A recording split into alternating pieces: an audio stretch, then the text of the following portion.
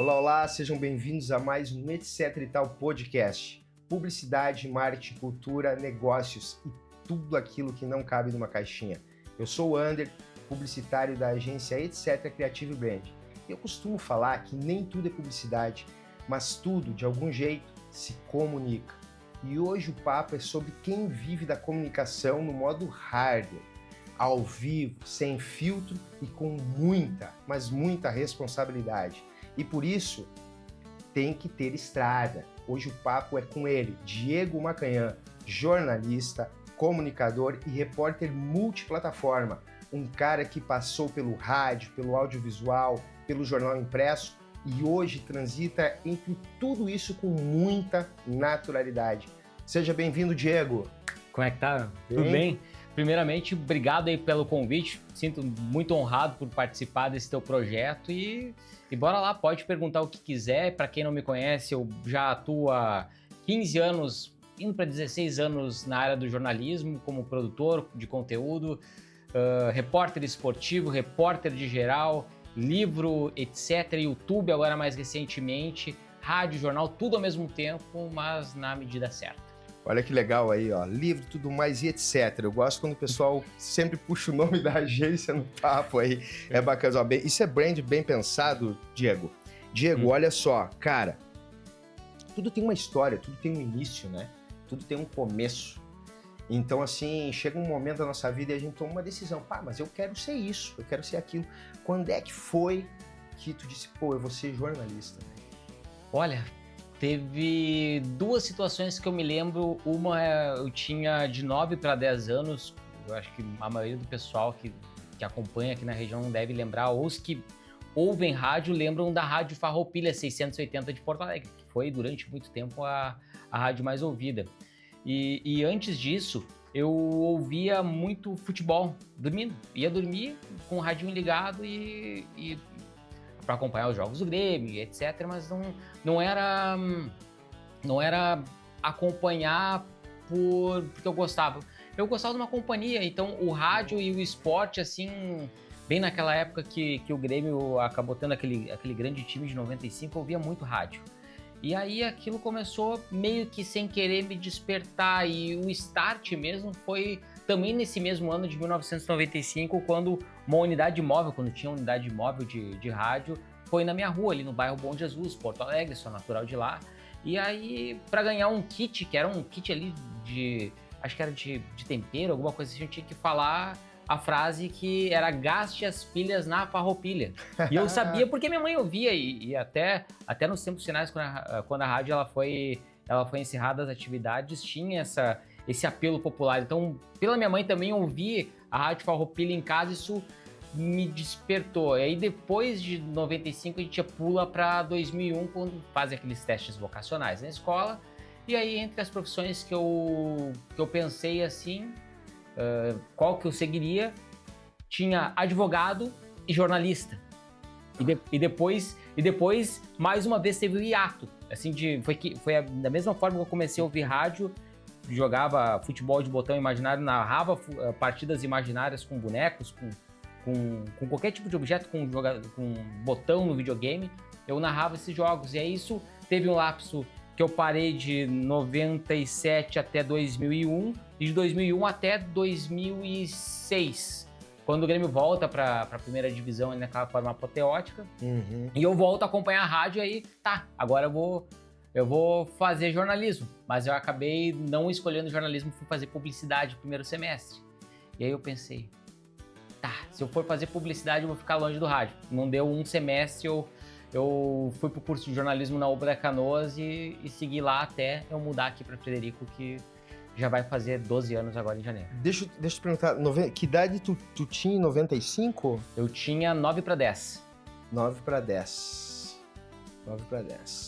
Eu já tinha 95, eu já tinha 15. Mas olha só, tu foi impactado ali em 95 por publicidade, né? Sim. Gaste as pilhas na Farroupilha. Sim, é um negócio que até hoje eu me lembro. Olha, campanha publicitária bacana, né? Que os caras são lançando. Gaste as pilhas na Farroupilha. Claro, mas muito bom. Baita de uma que sacada bacana, eu não sabia disso, né? Não, é uma rádio, era uma rádio rádio extremamente popular, assim, de prestação de serviço.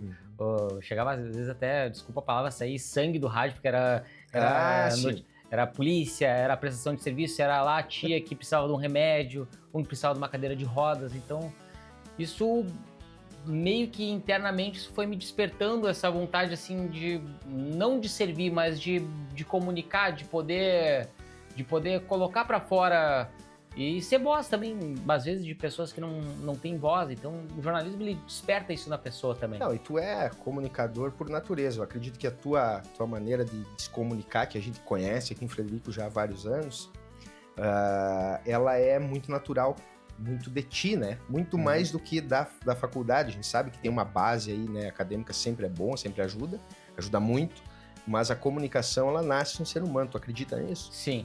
E até eu vejo que a maneira que eu comunico, ela é diferente, assim, dos que estão aqui, não menosprezando ninguém, mas cada um tem o seu estilo. O meu estilo é esse um pouco mais descontraído, mas não bobo. Tipo, a hora de brincar é a hora de brincar, a hora de fazer uma piada, faz uma piada, a hora de falar sério, se fala sério. Então, tem que saber filtrar isso. E eu sempre quis seguir essa linha, não de entretenimento, mas de poder comunicar com as pessoas de forma, assim, mais leve, mesmo sendo jornalista. Então, isso acho que acabou me ajudando muito nessa minha trajetória, tanto no esporte quanto também no jornalismo geral. Eu tenho uma relação de perguntas aqui para fazer pro Diego. Não, pode perguntar o que tu quiser. Aproveitar esse cara aqui, que é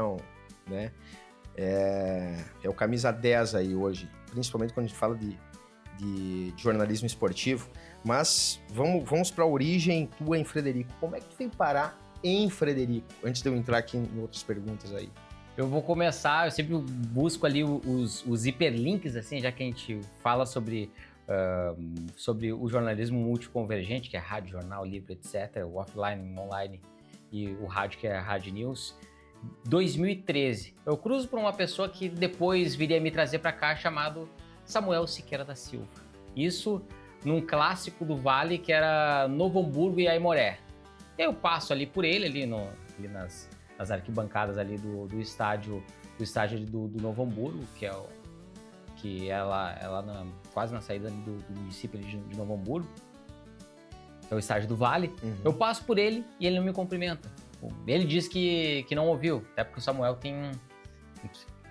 por trabalhar com ele há algum tempo, eu já sabia que o tempo certo era quando ele parava de falar, aí ele te ouvia. Mas vocês já se conheciam? Eu cruzei com ele essa única vez, eu cumprimentei, ele não me cumprimentou. E aí a gente tem um amigo em comum chamado Fabiano Bernardes, que trabalha hoje em dia na Rádio Jornal da Manhã, que foi meu colega na Rádio Grenal, lá em Porto Alegre, bem ali no inicinho ali da minha trajetória. Eu quero saber dessa história depois. Como produtor. E aí ele tava procurando um repórter, tinha voltado ali, não tinha dado certo ali o pulo dele na região metropolitana, voltou para Frederico para trabalhar na Rádio Sol da América. Foi gerente e precisava de um repórter. E aí tava uma dificuldade de conseguir. Eu já tava meio que quase que largando esse ramo, ia seguir outras situações. Depois eu vou falar sobre a Rádio Grenal, que também tinha uma história que convergiu nesse momento. E aí surgiu o convite. Tá, tu não quer vir pra cá aqui pra ser repórter? Meteu um miguezão assim, vem aqui, tu vai ser grande, não sei o que, vai te dar bem, etc. Tá, vamos lá. Aí vim conhecer aqui a região, fui ali na sede da rádio que ficava em Vista Alegre. Hoje a rádio não existe mais, infelizmente, agora é outro prefixo, que também a gente vai contar também um pouco dessa história. E aí, de lá pra cá, foi isso. Eu aceitei ali o convite, mais pela questão de me desafiar, não pelo valor. Tipo, de sair de Porto Alegre, de vir aqui, porque eu lá eu era mais um.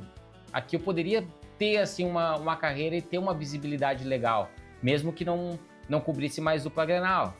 E aí o Fabiano Bernardes, depois que eu conversei com o Samuel a primeira vez, ele me disse, tá, vai pra lá, mas fica ciente que lá não tem cinema, hoje tem cinema, não tem shopping. Shopping eu nunca frequentei, então não me faz falta, mas que era um bolo de comunicação que eu poderia, daqui a pouco, se não desse certo, pular de barco e ir pra um outro lugar. Ir para outro local.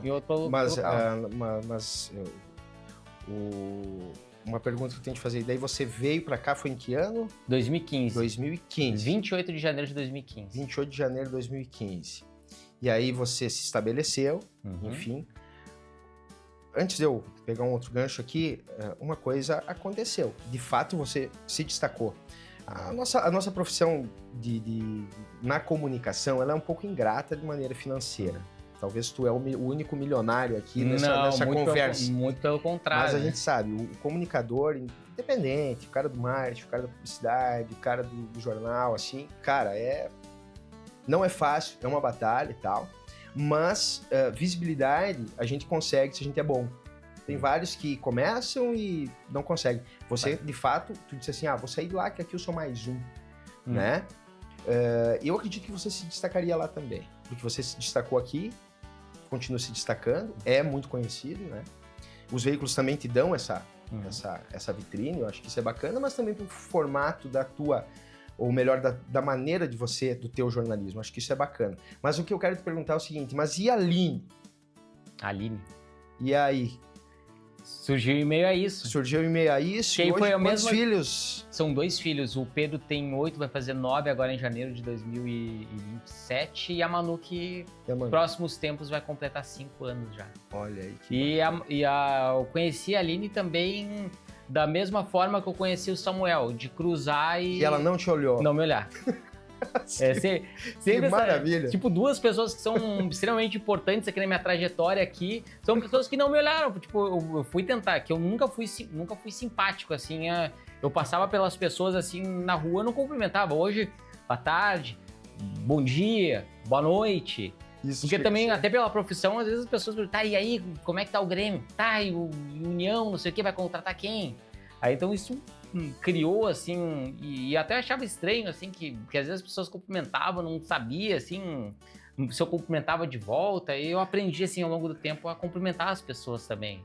E aí, estamos aí já, casados vai fazer 10 anos ano que vem, e namorando quase vai fazer 11 agora em agosto. Que bacana, Diego, que legal. E a Aline conhece antes que eu. Tu sabe que aqui o gaúcho sempre fala, né? Tem aquela olhada de revés gay, às vezes a gente não percebe. Daqui a pouco o Samuel te olhou, ela te olhou, é só tu que não percebeu. Pode ser também isso aí. Eu acho que isso aí deve ter acontecido. Fica o questionamento. Depois chega em casa e pergunta pra ela. Porque ela acompanhava ali acho que era a Soberança, a Feira do Peixe de Taquarussu do Sul, e aí elas foram na rádio. E eu, tipo, nem sabia. Ambos somos casados com mulheres de Taquarussu. Exatamente. Eu com a Kátia e elas são brabas. Acho que é o perfil da mulher de Taquarussu. A mulher de Taquarussu do Sul é firme, né? Então a gente só... Beleza, tudo bem. E você vai bastante a Taquarussu? Todo dia. O bate e volta todo dia. Todo dia. Todo mundo pega aquela estrada ali, aquele trânsito. É normal. Ou tu vai por dentro? Não, por fora. Sempre venho. Como não dirijo, eu sempre venho de ônibus. Vou e volto de ônibus. Eu sou um caso que não quer aprender a dirigir, mas um dia eu vou aprender a dirigir, sim. Eu pego o ônibus todo dia pra vir pra Frederico, volto pra Taquarussu todo dia. Então isso pra mim é uma rotina, eu não canso. Um pouco porto-alegrense, então. Sim, aí. Porque é acostumado a pegar o transporte público, de andar por aí e não sentir muito. Sabe, né? Era uma... As pessoas, elas não entendem, mas como é que tu não cansa ir pra Frederico todo dia? Pra mim é normal. Mas a gente depois sai daqui, fica lá um tempo estudando, que no meu caso, também o cara acaba acostumando. Sim, e depois volta e isso acaba que faz bem pra gente. Porque a gente aprende muita coisa. E a qualidade de vida aqui também é... isso é uma situação que eu não troco mais. Mas vamos lá, Diego. Eu não contei a história de como que eu conheci a Aline. Então conta aí. Foi no Tinder. Mas que barbaridade. Foi no Tinder. Eu sozinho aqui em Frederico, tem que namorar. Não, tem que... E aí deu certo ali, deu tão certo que a gente tá casado já há quase 10 anos e namorando há 11, então... E olha os frutos, né, que são essas crianças. Que são os legados aqui que estão... Olha aí que bacana. Então aqui, ó, essa aqui, ó. Tá pegando aí, Vini? Essa olha aqui, ó. Esse é o legado que legal, tá na pele e tá aqui. Então, vou aproveitar aqui para mandar um beijinho pro Luca e pro Matheus lá, que estão na escolinha agora e mais tarde estão com o papai. Diego, olha só, cara, rádio tradicional, enfim, né? Rádio web, TV, jornal impresso, digital. É muita coisa, né, cara? Porque antigamente o pessoal, não, cara, é jornalista de rádio, jornalista de impresso, isso muda muito. Como é que é isso na cabeça de um jornalista, como o teu caso, de estar nessas multiplataformas aí? Muda uma coisa para outra ou o jornalismo é sempre a mesma coisa? São linguagens diferentes. A forma que tu escreve no site é diferente que tu escreve no impresso.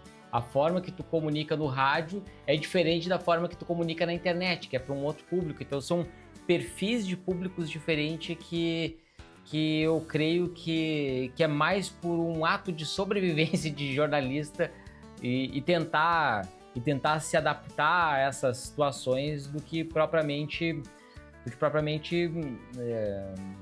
tentar fazer várias coisas, porque às vezes tu pode fazer várias coisas e fazer mal feito as 4, né? Então tu tem que ter um foco de bem em plataformas completamente diferentes, mas que ao mesmo tempo elas acabam se casando. Então eu tive que me adaptar a isso. Que antes eu iniciei fazendo só rádio, não sabia fazer um texto. Meu texto era ruim. Eu comecei a aprender mesmo a escrever quando eu tive um blog, que era no Final Esportes, não sei se você chegou a acessar ou conhece, Não lembro. que era do César Cidade Dias. Pô, esse cara...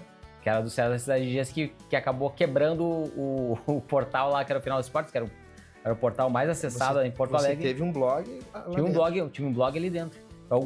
Por algum período chegou a ser um dos mais acessados. E aí depois, acabei meio que largando, o portal acabou quebrando também.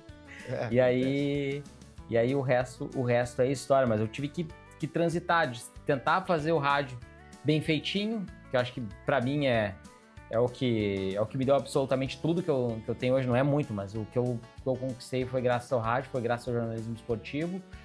No geral, no impresso e no digital também, por ter que me adaptar a isso. E a internet é algo mais ou menos recente, nos últimos 5 anos, que eu demorei muito, mas que depois que eu vi a necessidade que tem espaço para isso e que eu consigo fazer algo legal na internet, diferente daquilo que eu faço no rádio, que faço no portal, no jornal e em rádio, para conseguir fazer uma plataforma para eu falar para um público diferente. Então, também é o meu desafio de tentar, ao máximo possível, estar em várias plataformas para que as pessoas saibam, esse aqui é o Diego Macanha, esse aqui é o jornalista. Ele tá no rádio. Mas ele também tá no site. Mas ele também tá no YouTube. Então, vai diversas faixas etárias. O jornal, o pessoal que é um pouco mais, uma idade mais avançada. O rádio tá aquela faixa etária dos 30 até os 50 anos. E na internet, pro público abaixo disso aí, que já não consome mais rádio, não consome mais jornal. Cara, vamos aproveitar aí que você estava falando aí do portal, enfim. Como é que foi essa história aí da Rádio Grenal? Você participou aí, então, do início da Rádio Grenal? Isso é coisa muito bacana. É um embrião. Ela estava naquela virada da Rádio Sul. E o César Fabres, acho que tu deve conhecer, que é da Rádio Imortal, também é empresário de futebol, ex-amigo do nosso amigo Pablo Bueno também. Os dois agora se acertaram, né? Agora estão de boas agora. Estão de boas dois. Ele era meu colega na faculdade e eu me dava super bem com ele. Até me dou com ele super bem até hoje. Hoje a gente não tem mais contato. E ele tinha saído da Rádio Guaíba e eles estavam precisando de estagiário, que a Grenal no início era aquela...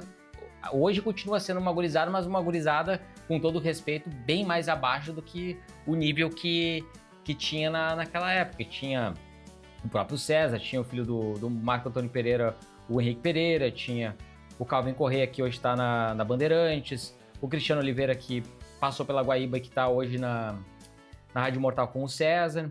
Quem mais ali? O Ângelo Afonso, não cheguei a trabalhar com ele, mas era uma galera. O Felipe Duarte, que tá na Gaúcha. Só fera. Que era pessoal, assim, tipo... essa geração aí da Grenal no início, ali bem no embrião, na virada de Rádio Sul, foi o pessoal, assim, que acabou se alocando bem, assim, nos veículos, né? Mas era tudo uma gurizada. E nesse meu primeiro período ali, que eu acabei ficando ali na Rádio Grenal, eu fui um dos primeiros ali a introduzir a questão de produção e material gravado. Isso também seria importante depois na minha sequência ali de roteirar programa. O primeiro programa roteirado ali, que era o Esquentando o Jogo, fui eu, que o César apresentava, eu era o produtor, né? E aí eu segui ali por 6 meses, porque eu achava que não ia aprender mais nada, porque era tudo uma gurizada e meio solto, antes ainda do Haroldo de Souza, que tá até lá hoje. Eu saí uma semana antes do Haroldo de Souza ser contratado lá. O sonho era trabalhar com o Haroldo, mas não deu. Mas aí... Mas de fato era o embrião que era hoje se tornou a Rádio Grenal. Hoje em dia tem menos relevância, né? Mas durante ali os anos de 2013 até a pandemia ali, que tinha uma galera forte ali. Era mesmo. Era bom. Hoje em dia eu não acompanho mais, mas eu fiz parte desse embrião, sim. Mas ainda é bem... Não, o pessoal acompanha, mas hoje em dia é tudo pelo clique, pelo corte, então não é mais legal. E aquela turma que começou no início, hoje em dia tá acontecendo não daria certo. Até o próprio podcast, né? O pessoal fica mais nos cortes e acaba não indo procurar. O narrador de futebol hoje em dia, o cara se preocupa mais com o fazer corte e tal, do que com o trabalho em si. A gente tem exemplos locais. Cara, não vamos dar uma virada de chave, porque a gente tá dentro dessa questão, desse universo aí do jornalismo esportivo aí e tal. Me conta assim, cara, quando é que tu descobriu União Frederiquense? Foi lá antes de vir? Acredito, né? Tu já estava lá acompanhando um jogo.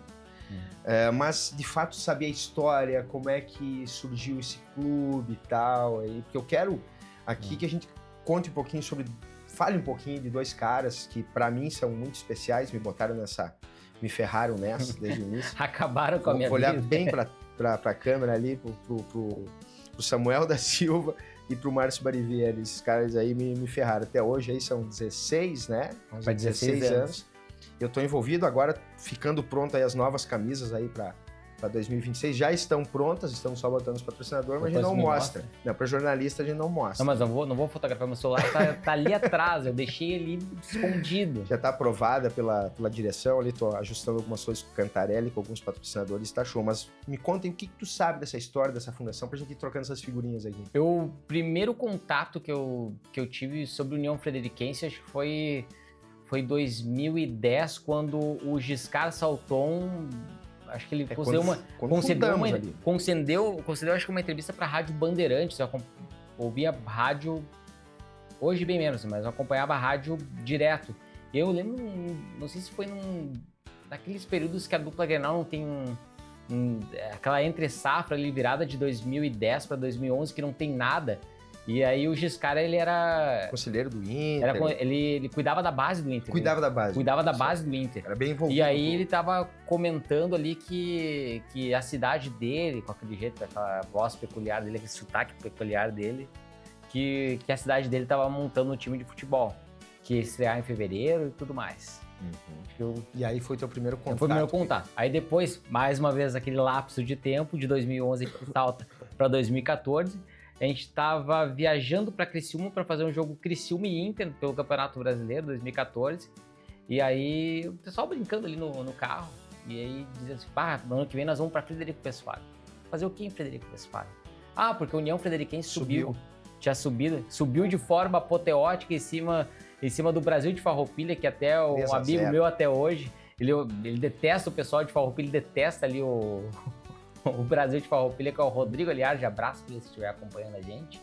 E ele tava todo faceiro que a União tinha vencido o Brasil de Farroupilha, que eles tinham sofrido uma vez, até jogaram pedra neles quando eles foram acompanhar, acho que um jogo do Cruzeiro lá nas Castanheiras, tocaram pedra neles ali. Até teve um narrador de uma rádio ali que escondeu um dos agressores dentro da cabine, botou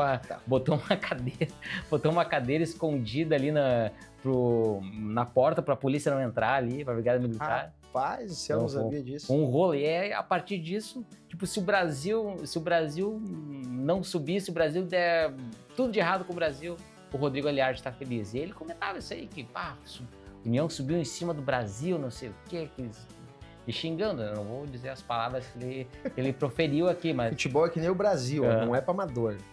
E proferindo palavras de baixo calão sobre o Brasil de Farroupilha, e aí eu fiquei pensando, né?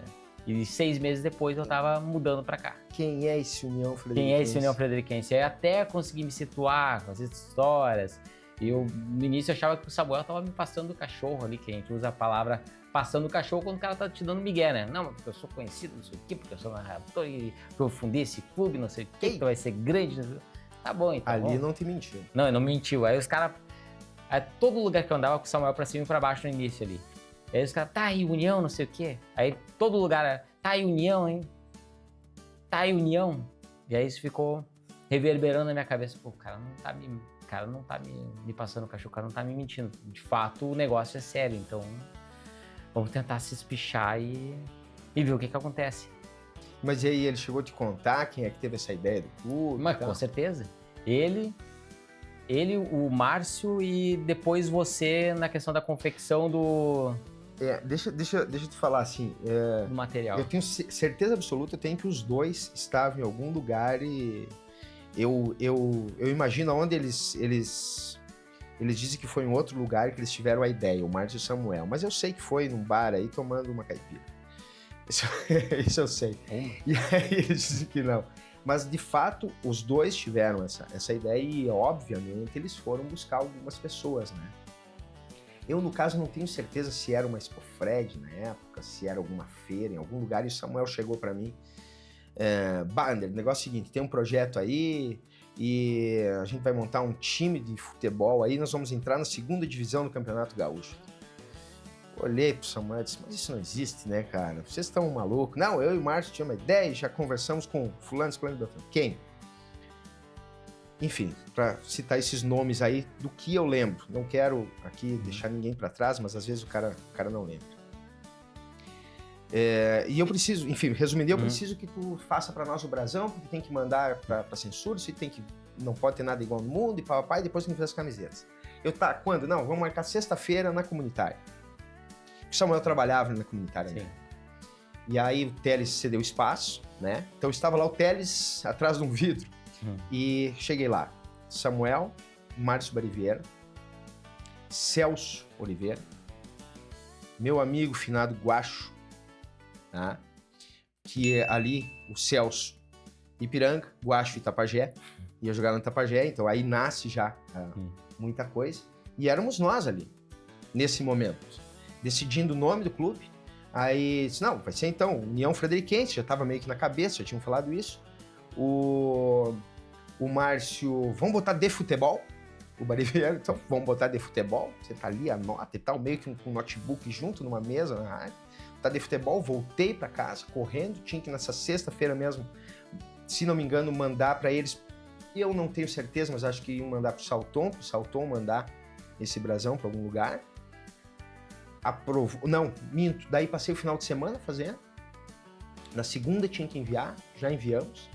Aprovou, porque até tem um corte até hoje aqui no brasão, que é para ter certeza absoluta que não tem nada no mundo igual, mas não tinha como bola, barril, que é a história de Frederico, enfim, e passou.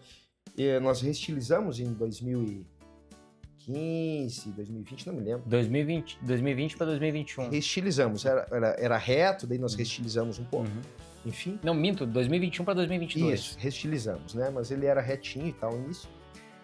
E aí, aprovou, passou, tá tudo certo, daí deu mais aquela semana ali, agora tem que fazer as camisetas A e B. E de novo me chamaram numa sexta, tinha que fazer no final de semana para uma segunda-feira. Aí eu tava lá, cara, daí fui pro interior, lá no meu sogro, em Itaquaruçu. Hoje eu e a Kátia, nós temos um espacinho lá, um sítiozinho, onde eu uso muito para criatividade, principalmente coisas aqui da agência, com brand e tal, que a gente trabalha. E lá eu sentei, lá no meu sogro, né, na época nem tinha, cara, vou dividir essas camisas aqui, vai ser, que a história é essa, vai ser Itapajé pra cá, Ipiranga pra lá, e o branco vai estar no meio, que vai ser a União. E é isso, e vou apresentar pra galera que tá igual o brasão, que foi o que a gente já tinha pensado, e vai ser assim. Eu não queria que ficasse muito cópia da camiseta do Paraná, se não me engano, que tinha essa divisão. Que era reto, né? E daí, olha só, e era para ser curvado a primeira, olha as coisas que acontecem na história. E tudo bem, mudava a cor, porque lá é vermelho e verde, né? Vermelho e azul. Vermelho e azul. Tá, vermelho e azul, e a nossa vermelho e verde. Só mudava a cor e tal, tem que ser essa faixa meio curvada, mas pasme o que aconteceu. Aí, aprovou, tá tudo certo, a B branca, tudo beleza. vamos mandar confeccionar, conseguiram um patrocínio, se não me engano, da Claro Digital para fazer. Tá, mandamos o esboço da camisa, Claro mandou confeccionar e mandou tudo reto, a faixa, que era para ser curvada. As primeiras. Então a primeira camisa do União, a primeira, saiu parecida com a do Paraná. Porque daí saiu reta a faixa. Depois nós começamos a fazer aqui com o Zaca, né? E aí já conseguimos botar ela mais no estilo do que era a camiseta. Foi mais ou menos isso que foi a concepção ali da minha parte, da minha participação, né? E depois várias campanhas de sócios, sempre com o Márcio me ajudando. O Márcio trabalhou muito tempo no clube, né? Pro clube. Saiu de um trabalho que ele tinha, se doando pro clube. Então ele fazia junto comigo as campanhas, todas as camisetas também, sempre estava ali discutindo. O trabalho de assessoria de imprensa, o Márcio fazia com brilhantismo, era muito bom o trabalho dele. É verdade, fazia. Então ali ele estava sempre acompanhando, estava perto, estava vivendo muito o clube. E essa galera depois foi crescendo, Diego, foi crescendo. Então esses que eu citei ali foram crescendo, foram vindo outras pessoas. Hoje a gente tem aí o Vinão e o Cantarelli, né, cara, que se doam muito. O Pedro, um cara que se doa muito pelo clube também, né? Não vou continuar aqui citando nomes, porque eu começar a citar nomes, sempre vai ficar alguém para trás, né? O próprio Marion. Sim. Pô, o Marion vai lá, tá correndo no estacionamento. São caras assim que esses sim mereciam ter estátua aqui. São abnegados e que tanto o Vinão quanto o Cantarelli colocaram o CPF deles. Praticamente quase se inviabilizaram por conta do clube. E que agora o clube finalmente conseguiu sair dessa situação. E eles também, agora, que eles brincaram na entrevista coletiva que eles concederam, acho que faz umas 2 semanas, que estão com o CPF limpo agora. Graças a Deus. Graças a Deus, né? Porque senão o clube também iria e o patrimônio deles também iria pro ralo, né? Mas eu quero perguntar para ti se tu tem essa percepção. Que uma vez nós estávamos conversando, né, com o Márcio, com o Samuel, eles não vão nem lembrar disso, mas assim, de fato, eu não sei o que eles queriam, porque eles eram apaixonados pelo esporte. O Samuel tinha convidado ele para escrever no jornal que eu era dono, que era o Frederiquense, eu sou fundador, e ele escrevia uma coluna chamada O Bicudão. Quem já jogou bola, chutava de bico. E o Samuel chutava de bico. E o Márcio escrevia uma coluna no Jornal do Uruguai. Escreve até hoje. E tu trabalha, escreve, exatamente. Inclusive, até o momento que a gente está gravando, o Márcio não enviou a coluna dele. Então, atenção, olha Márcio. Aí, fica ligado. Atenção, Márcio. E então, eles viviam o futebol. Então, a intenção por trás, eu nunca perguntei.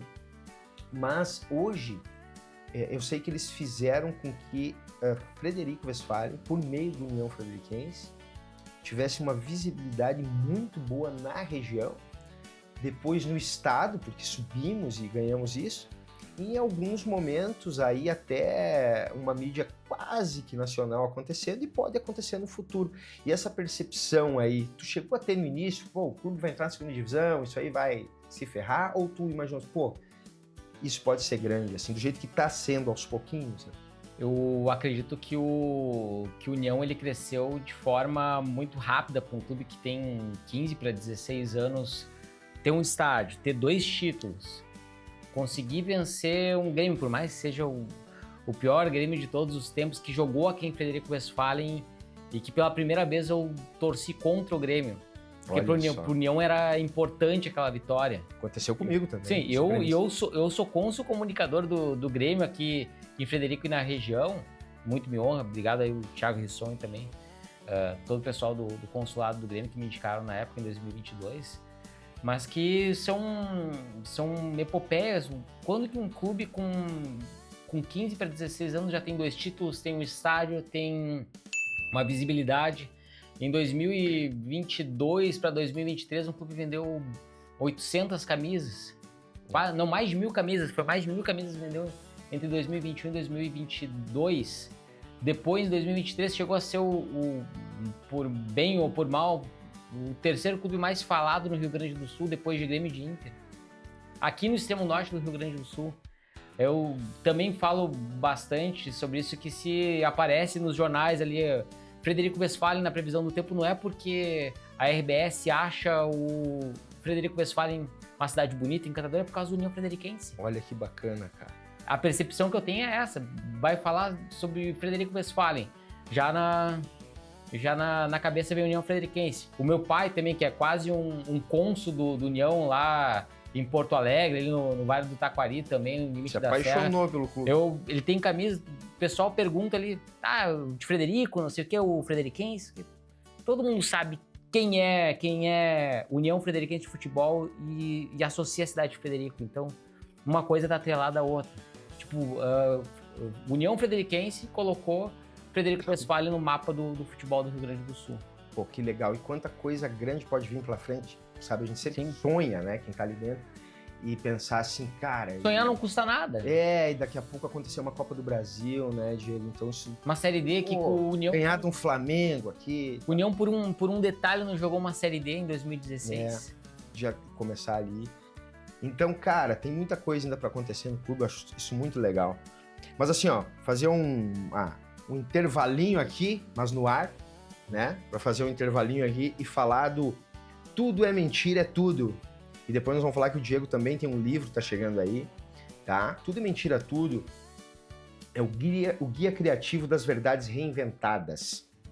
Esse livro aqui não é um livro só pro design, pro publicitário, pro comunicador, é um livro para qualquer pessoa. Aqui eu conto um pouquinho da minha história, né? E da minha maneira de ser criativo. Então eu deixo aqui um pequeno guia para as pessoas também ativar um pouquinho de criatividade. E isso pode ser colocado em todos os nichos, não é só na publicidade e propaganda. Tá, pessoal? E o Diego depois vai falar um pouquinho do livro dele, também falar do projeto do Fala Macanhã. Mas antes, cara, nós citamos um cara aqui, tá? Que é o Vinão. O Vinão é uma figura emblemática aí, né? Sim. Emblemática. Um cara, e é vencedor no União também, né? Nas duas vezes, acesso título. Mas me conta assim, ó, cara, tu deve ter passado várias histórias engraçadas com várias pessoas e vários fatos, né, nessa vida aí de repórter, né? Enfim, tá lá e a gente tá lá em cima te vê no campo e tal, você tá fora cobrindo o União. Me conta uma com o Vinão, porque o Vinão é uma fera, e depois até pra eu poder pegar no pé dele. Depois. Sim, e isso eu acho que deve ser a história de 2016, que a Rádio Sol da América ela não existe mais, e os arquivos, quem tem no WhatsApp ou tem em algum lugar salvo, seja na memória, vai lembrar desse fato. O União perdeu, acho que foi por 3-1 pro Esportivo fora de casa, caiu o técnico Marcelo Caranhato, deu uma confusão também no dia seguinte lá, que foi cobrado, que eu tinha adiantado no final do jogo a informação que o técnico estava fora, e isso repercutiu dentro do ônibus do União. Imagina o clima, tipo, tu dá a informação e os caras, caiu o Caranhato, não sei o que, e não tinha sido anunciado, ia ser demitido só no dia seguinte. E aí, vi que a informação estava correta quando o Caranhato vai lá, acho que foi em Veranópolis, se despedir de mim e agradecer ali pela parceria. O Caranhato, ele apanhou muito, assim, na primeira passagem dele aqui em Frederico, mas conseguiu a redenção conquistando o primeiro título do União, que foi a Copa Valmir Louroso 2015. Verdade. E aí ele seguiu o trabalho em 2016, não deu muito certo, depois o União foi até pro quadrangular final e por detalhe não subiu porque subia um só, e o Caxias subiu porque tinha que subir, toda a força. O União até algumas partidas foi prejudicado pela arbitragem lá. Foi um ano horrível. Foi um ano, mas que o União quase, detalhe, não subiu. Um trabalho de recuperação do Daniel Franco, que é o Renato Portaluppi do União Frederiquense. Tá com problema, chama o Daniel Franco, mas no ano passado nem ele conseguiu ajudar, porque o time era muito... Celso Rotti. Muito... ele vai ficar... Eu não sei se ele vai gostar, mas vamos seguir assim. Mas a história é a seguinte, o Vinão ali daquele jeito espontâneo dele, até depois se quiser colocar aí o áudio, tem salvo que mandei pra você ali, que ele falou palavrão ao vivo, né? Tipo, que o mínimo, um time tititi, nhenhenhé, que tem que chutar uma bola dos 20 do primeiro tempo, que deixou ele louco da vida. Será que vai captar isso aqui, ô Vini? Vamos botar aqui, vamos ilustrar isso aqui. Que acho que seria legal ilustrar, que é melhor ele falar do que eu falar. Vamos ilustrar aqui, ó. Vamos botar volume aqui, botar bem pertinho aqui no microfone, ó. Quer me cobrar, quer elogiar, eu aceito as duas coisas que são do futebol. Agora vamos se unir para fazer uma partida ao menos 25 do segundo tempo até o final para poder mudar. E não um jogo tititi, um jogo jogado como foi, sem nenhuma chance de gol, que deixa... Chegou a virar vinheta na rádio. Me deixa... Bi. Chegou a virar vinheta na rádio. Até depois, no jogo seguinte, ele pediu desculpas que ele tinha... Que ele tinha se excedido ali. É o calor do jogo, né? O Vini não sabe, mas ele é o cara que mais tem figurinha na cidade aí. Eu tenho umas contas ali do Vinão, mas... Cara, tu tem mais alguma história engraçada que tu queira contar? Pode contar aí. Tem muitas histórias engraçadas, outras nem tanto. Eu vou contar uma história mais ou menos recente. Acho que foi 2022. E não sei por que cargas d'água, o Daniel Franco tinha ficado brabo, acho que com o momento que o União tava vivendo, e ele tava tomando de pau ali na Luz e Alegria. Ele se dá com todo mundo ali dentro, mas eu não sei se ele não tinha assimilado muito as críticas, e no caso sobre o time, etc. Que aquele ano também, em 2022, não foi legal, e todo mundo sabe o que aconteceu ali. Teve diversos problemas ali, com o jogador fazendo corpo mole, com boicote na véspera do jogo contra o Caxias, jogador que estava na gaveta. Enfim, né? Foi um ano bem triste da história do União Frederiquense. E aí o Rodrigo Rodrigues, que era gerente na época, mandou fechar o treino, porque eu vou ter que fechar o treino aqui, o que o Dani pediu. E aí eu não sei se eu tava meio indignado com alguma situação da vida. Eu vou esperar o Daniel e eu vou cobrar ele. Não sei se tem algum problema, porque ele tava... Por que ele quer fechar o treino? Por que ele quer fechar o treino e etc. Mas depois eu entendi qual que era o motivo. Não era nem pela questão de crítica, é porque um jogador ia ser dispensado naquele dia. E aí eu fui ali, esperei o treino terminar. O treino termina geralmente 11 e pouca da manhã. E depois o pessoal ia pra São Leopoldo, ia jogar contra o Aimoré no dia seguinte. E aí saio eu, o Daniel passando ali pra tomar banho, tava só de toalha ali. E eu vou lá intimar o Daniel Franco. Não sei se ele lembra dessa história. Tá aí, Daniel. Qual é o problema? Qual é o problema? Contigo nada. Tá tudo certo. E eu, então tá bom, obrigado. Peguei. Só de toalha ali. Só de toalha. Ele tava pelado ali de toalha, e eu fui lá dar uma intimada. O Daniel Franco é uma figura que eu gosto muito dele. Eu acho um técnico competente. Ele disse que eu tenho moral, então obrigado pela moral, tá, Daniel? Agora se torna engraçado, né? Mas tu imagina a pressão. Que é o Mazinho. Foi horrível. Era o Mazinho, que eu brinco, que foi o pênalti que custou R$20 mil. O cara não fez absolutamente nada, só aquele gol de pênalti. Foi só aquilo. Só aquele gol de pênalti contra o Juventude. Teve, acho que, não me lembro se foi a arrancada dele que ocasionou, uma enfiada de bola que ocasionou, e depois ele bateu o pênalti, não lembro. E aí depois acho que foi a esposa dele foi buscar, ele também estava acima do peso, veio acima do peso para Frederico, e a esposa veio buscar ele. Depois eu comecei a ligar as peças que não queriam que a gente visse que ele ia ser dispensado. Entendi. Pode ser também. Sim, foi isso, mas ele tava de beijo com a gente mesmo, tá? Mas, Diego, fala um pouquinho pra nós, então, aí do teu projeto, do Fala Macanhã, tá? E depois a gente comenta um pouquinho do livro, que eu acho uma coisa importante na tua vida, é isso? Sim. Faz um pouquinho do Fala Macanhã e como é que funciona todo o projeto também aí. Agora ele tá um pouco mais de stand-by, como não tem União Frederiquense, então as informações é quando for surgindo. As lives também eu dei uma interrompida, desde agosto do ano passado que eu não faço live. Eu fazia live quase que semanalmente, aí com trabalho de rádio, jornal, etc. Não tem dado mais tempo, mas eu procuro fazer da mesma forma que os setoristas de dupla Grenal fazem, de trazer informações ali no Instagram e também no YouTube. Então, se procurar ali União Frederiquense no YouTube, vai aparecer algum vídeo meu. Então, pra mim tem sido muito bom, por mais que por enquanto não tenha me dado lucro, assim, mas de visibilidade, assim, de pessoas que eu acompanho, que eu nem sei que acompanhavam o meu trabalho. Ele acaba atingindo pessoas que não vão ouvir no rádio, não vão ler a notícia no jornal, não vão ler o site. Então, mas estão no YouTube. Estão no YouTube, estão ali passando ali uns shorts no YouTube ou no rolar ali do Instagram, ver um vídeo, que nem essa semana eu publiquei um vídeo do Ronaldinho lá, falando sobre a divisão de acesso, que é trocar soco e depois tava tudo certo.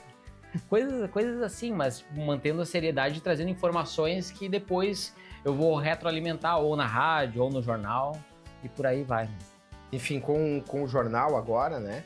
Você vai continuar fazendo essas coberturas pro impresso, mas também para as mídias sociais do jornal. No jornal eu tenho um acordo ali no jornal que eu oriento o esporte, mas eu faço só aquela coisa mais hard news. Aí deixo pros guris que tocam ali Para fazer cobertura. Para fazer a cobertura, que aí tal. eu fico mais livre para poder fazer o rádio.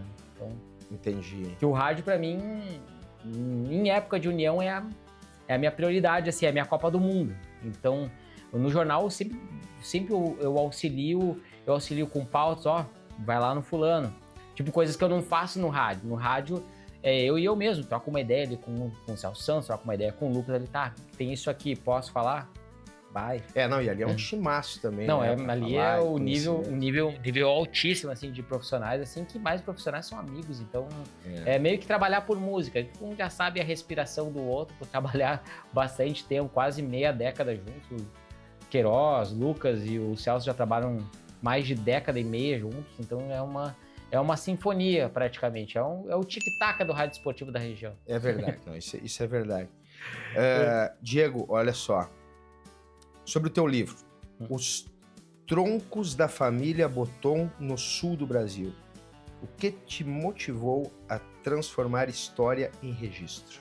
Foi num momento de transição na minha vida, que foi a saída do dia a dia do rádio, por mais que a gente tente sair do rádio, que a Aline brinca que é a minha amante, no caso, né? Que o rádio, eu nunca vou deixar o rádio assim totalmente, mas naquele final ali de 2024 precisava dar um tempo, porque a gente passou em casa por um drama familiar, eu perdi um sobrinho, um afilhado, morreu de câncer com 3 anos de idade, 4 anos de idade em 2023, e aí a partir de 2024, quando virou um ano, foi 25 de junho de 2023, virou um ano, aquela bad vibe começou a bater, não só em mim, mas no meu filho mais velho, Pedro, que começou a sentir um pouco mais da ausência do primo, e nesse meio tempo a gente descobriu que ele estava com um diagnóstico de depressão infantil. O teu menino. O meu menino. E aí eu não conseguia mais trabalhar, o que eu fazia bem eu estava falhando, e eu vi que era um momento de eu me retirar antes que eu queimasse a minha história, que eu tenho uma história bem legal dentro da Luz e Alegria. Até lembro voltando ali no início, no dia 28 de janeiro de 2015, que a primeira vez dava uma volta por Frederico com o Samuel, e aí a gente passou na frente do complexo Luz e Alegria. E eles diziam, se tu trabalhar legal, tu fizer bem o teu trabalho, tu vai estar trabalhando aqui. E 6 anos depois, no mesmo dia, no dia 28 de janeiro de 2021, eu tinha sido contratado. Aí eu vi que eu precisava tirar o pé naquele momento, e eu não estava legal. E eu pensava bastante em casa, aquilo me atrapalhava no ar, me atrapalhava em tudo assim que eu fazia. Aí eu vou sair, vou fazer outras coisas, Eu também não estava com a cabeça boa. Não estava com a cabeça boa. E eu curei assim o meu luto trabalhando. Não tenho certeza, nunca façam isso. Curar o luto com o trabalho é a pior coisa que vocês podem fazer na vida de vocês. E eu tentei fazer isso aí. E foi bastante complicado. Eu precisava ser forte em casa e não estava sendo. Então eu precisei abrir mão de uma coisa que eu gostava muito em prol de algo que eu amo, que eu dou a minha vida, que é o meu filho. Então eu parei tudo que eu estava fazendo, eu deixei o rádio de mão de stand-by, concordaram, tudo bem, segui em frente. E aí nesse meio tempo até deu uma confusãozinha, que acabou não dando certo o que eu ia me propor ali, porque deu uma situação que o que eu ia fazer acabou não dando certo. E aí surgiu o convite de ir trabalhar no Jornal Alto Uruguai como prestador de serviço, trabalhando por demanda. E aí isso não caiu muito bem ali dentro da rádio, e vida que segue, né? faz parte ali, mas eu precisava tirar esse pé do acelerador. Importante pra tua vida, né? Importante pra minha vida de dar esse suporte, e agora a coisa, ela melhorou assim de uma forma que ele tá mais feliz. Então, a presença de eu estar mais em casa agora do que estar trabalhando assim direto, foi importante para ele também se sentir mais importante, ele conseguir sair desse buraco que a gente, na nossa idade, que nós já passamos dos 40 aqui, não sabia que você ter uma tristeza profunda, você não sabe que é uma depressão, e eu nunca tinha ouvido falar de depressão infantil, então foi uma situação que me desafiou, que eu não sabia eu e a Aline não sabia o que fazer, e que a gente tinha que tentar dar a volta, fazer ele dar a volta, né? Que a vida segue. E se pra gente é difícil, imagina tu explicar pra uma criança que quase que o teu irmão de sangue ali, o teu primo ali, não vai voltar mais pra casa. Bah, cara. Não, isso aí é difícil. E aí as coisas, aos poucos, elas foram se acertando, foram indo, a gente conseguiu dar a volta e a gente volta novamente. Agora eu consigo trabalhar mais em mais plataformas, trabalhando menos, e dois veículos que são tradicionalmente rivais, e pode pegar a história da comunicação aqui de Frederico Westphalen, eu poder ter a honra de estar dos dois maiores veículos de comunicação ao mesmo tempo. Isso é uma medalha, né? Porque pra mim é uma medalha. Tipo, eu vou repetir talvez o Agostinho Piovesan, que tem a sua importância, que fazia o serviço dos dois. O próprio Clomar Toledo também, que trabalhou nos dois também ao mesmo tempo. Então, tipo, pra mim é de todo esse drama que a gente viveu, assim, eu ter agora essa oportunidade de poder estar em várias plataformas e estar prestando serviço nos dois principais veículos de comunicação aqui da região, pra mim é ser laureado nesses 15 anos que eu trabalho como jornalista, né? E 11 que eu tô aqui. Cara, que história bacana. Aí eu não falei do livro, né? Mas já vamos continuar aqui. Eu trabalhei no Jornal do Uruguai também, muitos anos, na minha pós-adolescência ali. E também comecei uma coluna na Luz e Alegria aí, que eu não escrevo, né, Diego, tu sabe. Mas, cara, o ponto que tu tocou aqui, a minha esposa é psicóloga, né, e a gente tem as crianças também. É uma coisa que eu acho que ninguém quer passar. Porque um pai, né, a gente, cara, qualquer coisinha, uma febrezinha, uma coisinha que dá, o coração sai pela boca. A gente sabe que é isso. Quem é pai e tá escutando sabe o que a gente tá falando. E tem que falar que é real. Quem não é, não sabe. Não tem como saber. Eu, antes de ser pai, não sabia, não tinha como ter essa noção. E chegar num ponto, assim,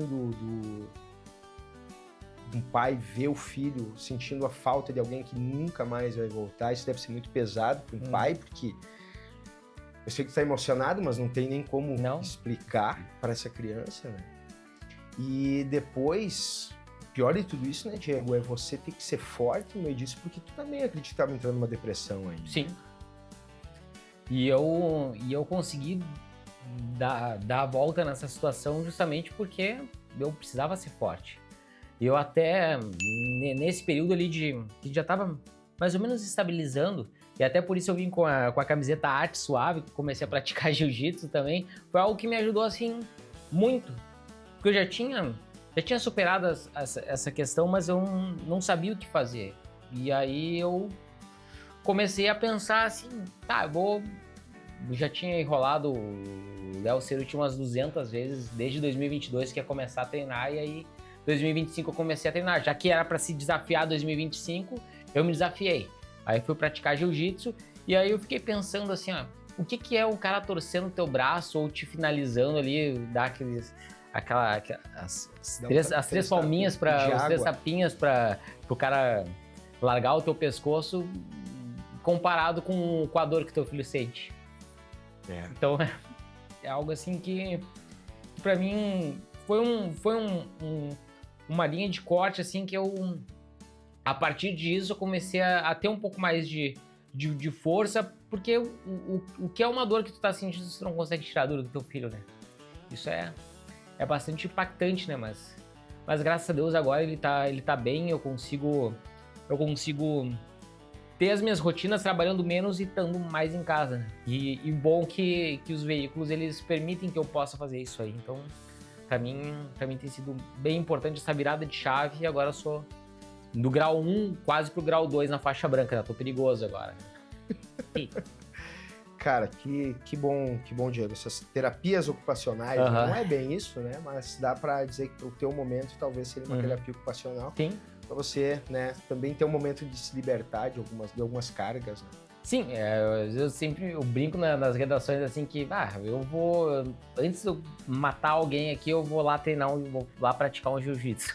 Vou lá praticar o jiu-jitsu. Mas agora porque é uma terapia, e é mais do que uma luta, assim, é um estilo de vida, é tu pensar rápido, que nem na publicidade tu tem que ter o start rápido, porque daqui a pouco tu rateia ali, o cara torce seu braço, o cara te finaliza, o cara passa a tua guarda. E o jiu-jitsu é isso, é o xadrez humano. Você pensa rápido, né? Pensar rápido e na dor, às vezes, ver que a vida acaba te provando que o que é um braço torcido, um pescoço torcido, uma perna ali presa, se lá fora tem todo tipo de problema que tu vai ter que enfrentar. É verdade. E esse é o legado do jiu-jitsu na minha vida, e essa virada também de chave na minha vida, e conseguindo ajudar mais em casa nesse período. Mas deixa eu falar do livro, pelo amor de Deus. Eu ia te dizer, pensa rápido, fala do livro. Fala do livro também, que foi nessa virada de chave da minha vida, que foi também conhecer pessoas que construíram a história de Frederico Westphalen, e escrevendo esse livro eu pude também conhecer, assim, muito da história do município, desde ali do bairro. Já tinha escrito um trabalho de conclusão de curso sobre União, e conta a história do município, desde o bairro Barril, mas de pessoas que vieram de longe e que acabaram colonizando o município antes mesmo de se desmembrar de Palmeira das Missões. E aí era um sonho antigo do seu Rosalino Piovesan Botton, que tem 86 para 87 anos, teve alguns problemas de saúde nos últimos anos, e ele não conseguia finalizar algo que ele a vida inteira batalhou para conseguir concretizar e transformar toda aquela pesquisa em algo que as pessoas possam algo daqui concreto, né? A 20, 30, 40, 100 anos poder ver aqui e acompanhar como o município ele foi formado. Não vou dar os spoilers, mas tem muito sobre a fundação do município, mesmo que de forma paralela, que eles acabaram não participando, mas se envolveram muito na construção da catedral, do Clube Harmonia, das comunidades ali, da Boa Esperança, bairro Barril também. Então são muitas histórias que a gente acaba cruzando, assim, de quantas pessoas trabalharam. No caso do União Frederiquense não deixa a gente mentir, de pessoas que ajudaram a formar aqui essa comunidade. Então, para mim, foi desafiador, porque era só pesquisas, os rascunhos perdidos em vários locais. E você foi juntando Eu fui juntando, e até a gente conseguir achar o fio foi bastante complicado, do personagem principal da história, que tem o mesmo nome em várias gerações, mas que ficou um material muito legal, e agora falta para mim só plantar uma árvore, né? Porque filho eu já tenho 2. Oh, que legal. E o livro saiu primeiro agora no próximo dia 28 de maio. Né? Que bacana, cara. Eu tô... Nossa entrevista que dá muito legal, cara. Mas enfim, a gente tem que se encaminhando aqui pro momento final. Parabéns. Só antes de eu fazer uma pergunta final aqui, quando é que vai ser lançado esse livro? Já tem um local? Sim. Fala pra nós. Vai ser no dia 28 de maio, na Sengers, às 18 horas.